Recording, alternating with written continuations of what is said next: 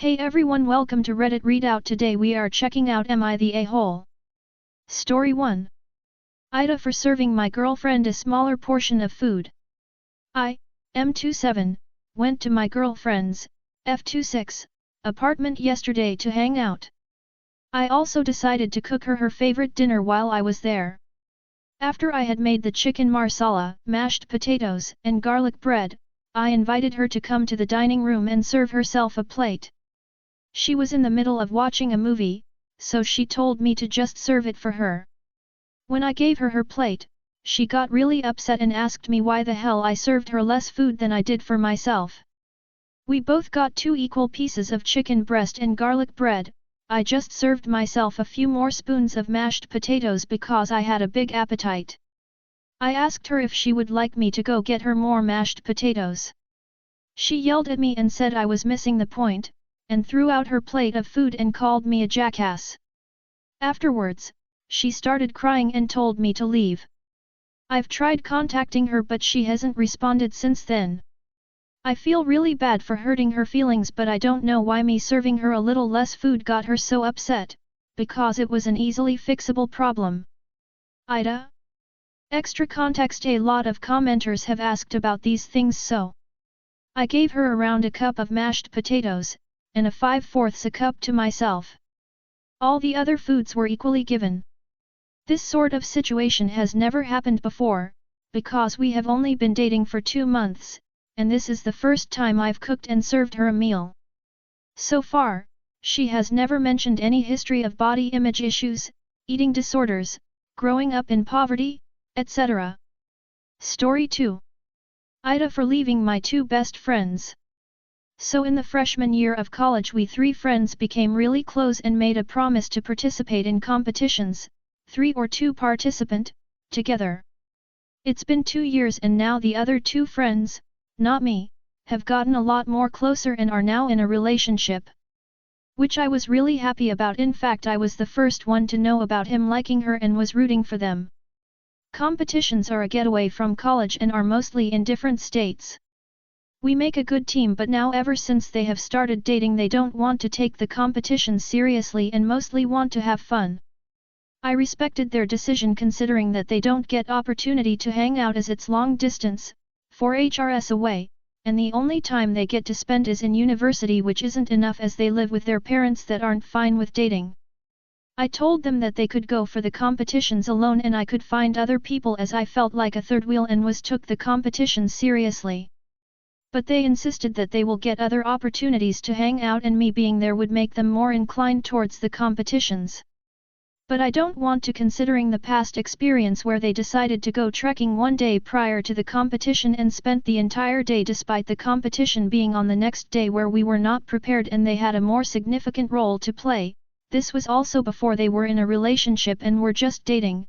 I feel like this is bound to happen again and don't want be the Karen to ask them to take the competitions more seriously, as it not my place and their choice. AITA for leaving them. Story 3. AITA for starting my birthday party today without directly notifying my best friend. Today's my 21st birthday and I planned a party where all my friends would all get together and play video games all night long. I posted all the meetups details on all of social media a couple weeks before it started, and we got a list going of who was planning to show up. My best friend has been busy with college for quite a while now, so I wasn't surprised when he wasn't acknowledging the party plans much at all. We have only been occasionally sending each other messages to check on each other. Everyone I expected to come made it and we had a great time, until my best friend messaged me, clearly upset.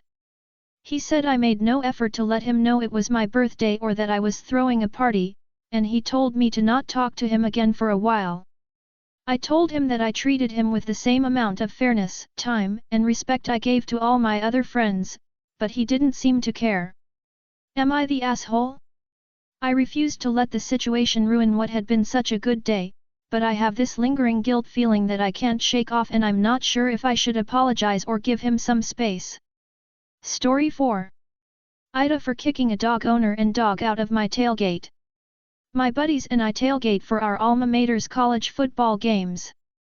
We've been doing this every home game for about 10 years. This is a Power 5 school. Our tailgates have grown from a few of us and beers to a full-blown setup with food/tents/TVs/games. I organize it all and own all the stuff brought to the tailgate every week. It's a pretty open event and people come and go. It's not unusual for people to stop by for a beer and then leave. This past week, this guy with a dog came up to our tailgate. I can't stand dogs. I bit my tongue though, as some people that go don't know me all that well. This has never happened in 10 years and never thought I'd need a rule no dogs at the tailgate. My closest friends, they know I don't like dogs. Someone that wasn't one of my closest friends but regularly see at a tailgate starts chatting with this person and pets the dog. I'm watching them close as I don't want the dog present. Not sure what was said, but it was obvious this person was invited into the area, but they grabbed a beer from my cooler. Then they proceed to go to the food. Before they grab anything, I yell out, "Hey man, get your dog away from the food." I tell him that I don't allow dogs at the tailgate, so you gotta go. He says, "Joe said it was cool." I say if it was just you, you are good to stay, but I don't want your dog around and told him to leave. He gets defensive and repeats Joe said it was cool. I tell him it's my beer and my food and my tailgate and you are not welcome. I asked him to leave. He mumbles something I couldn't hear and then he audibly calls me an asshole. He gets defensive and says he isn't causing any problems, only I am. I told him to get out of here one more time. He eventually moved on to somewhere else. I got some backlash from people at the tailgate. IDGAF. AITA. Story 5. AITA for wanting to leave my best friend's party early. Throwaway since my friends follow my main. For a little context, I, F20, have a best friend, F19, and we have been friends for a very long time. I have severe social anxiety and going into crowds and being at bars is very difficult for me, but I still go to hang out with my best friend. So last week was my best friend's birthday and she wanted to go to this very busy bar with me and one of our other friends, F20, because she has always wanted to go. I originally didn't want to go, but I never made that known and decided I would go but drive myself and leave early if I feel sick from the crowds. Well, the day comes and we all leave, and like I guessed, being in such big crowds and having people constantly touching me, just because of how crowded it was making me very sick. We had already been there at that point for about 2 hours, so I thought it would be fine for me to leave. My best friend is very understanding of my anxiety and knew I would probably leave early, but our other friend made a scene in the middle of the bar and yelled asking why I couldn't be normal for once and just enjoy the night. I ended up crying from the hurtful things she said and we all ended up leaving. Later that night our other friend texted me calling me the asshole for wanting to leave. My best friend said I didn't do anything wrong, but I seriously feel like I ruined the night. AITA for wanting to leave my best friend's birthday party early because of my social anxiety. Story 6. AITA for getting angry at my mum because she wanted to clean my room. So yesterday I had a singing exhibition and when we got home I was pretty tired from the day. It wasn't that late, but I had some stuff to do before getting to bed, for which I felt overwhelmed and got mentally stuck scrolling on Instagram for more than an hour even though I was getting very tired. All until my phone battery died and had to pull myself together to do the stuff I needed to do. So I ended up going to bed at like 2:50 am and falling asleep a while after. I set the alarm on October 30th am because I have time in the afternoon to do what I have to. But my mum decided to storm into my room at 8 demanding me to go anywhere else because she needs to clean my room. So then I said that I could do that later, it's no problem, but she said it's my house so I clean it. She was always okay with me cleaning my room OFC because I help her that way. Strangely enough today she wasn't okay with that. She also just has to do all the rooms together step by step, and I get that, it's fine. But that's exactly why I offered to do mine myself, so I could have slept enough and she would have had one room less to clean.